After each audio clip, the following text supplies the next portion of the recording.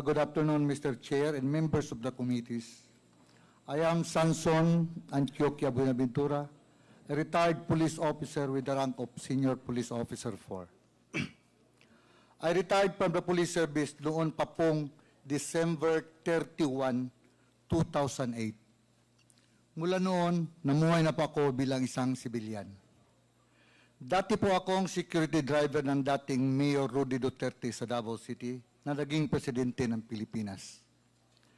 Sa totoo lang po, right after my retirement, hindi na po ako naging security driver ng dating MRRD. Dahil po, ang gusto niya ay isang police officer ang maninilbihan bilang driver niya.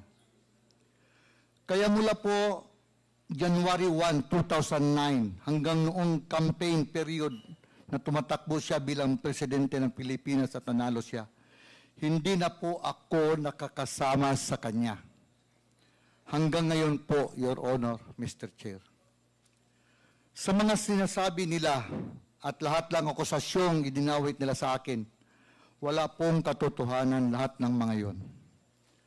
Nanood po ako sa Quad Committee investigation at lumabas at binanggit ang pangalan ko from the affidavit of Colonel Royena Garma.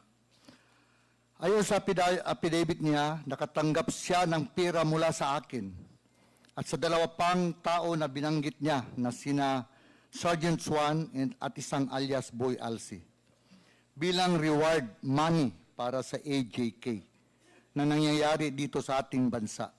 Sa akin, hindi po totoo. Yan po ay hindi totoo.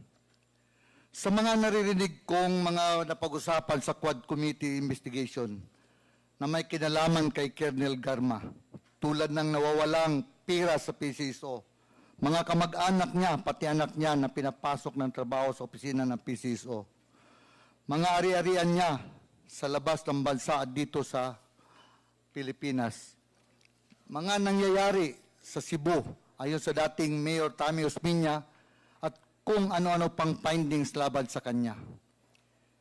Itong mga pinag-usapan ito marahil ang dahilan kung bakit idinawit niya ang pangalan ko. Inakusahan niya ako na nagbibigay ng reward money for AJK para ilihis lang ang investigasyon laban sa kanya. At upang maging mas kapani-paniwala, sinabi niya na siya ay nakatanggap ng 3 beses mula sa akin na reward money para sa AJK. Your Honor, Mr. Chair, sangayon po ako sa mga sinabi ni Honorable Congressman Acop sa matrix na ginawa ni Colonel Garma, kung saan wala at hindi kasama ang pangalan niya sa lahat ng kinasasakutan niyang issue. Iniiwas niya ang sarili sa investigasyon. Gawa-gawa lang niya ang lahat para makaiwas siya sa lahat ng mabibigat na issues laban sa kanya at kinasasangkutan niya.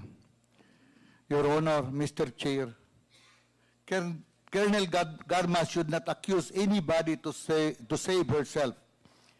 She has to prove every accusation she makes with evidence, hindi lang sa salita o sabi-sabi niya.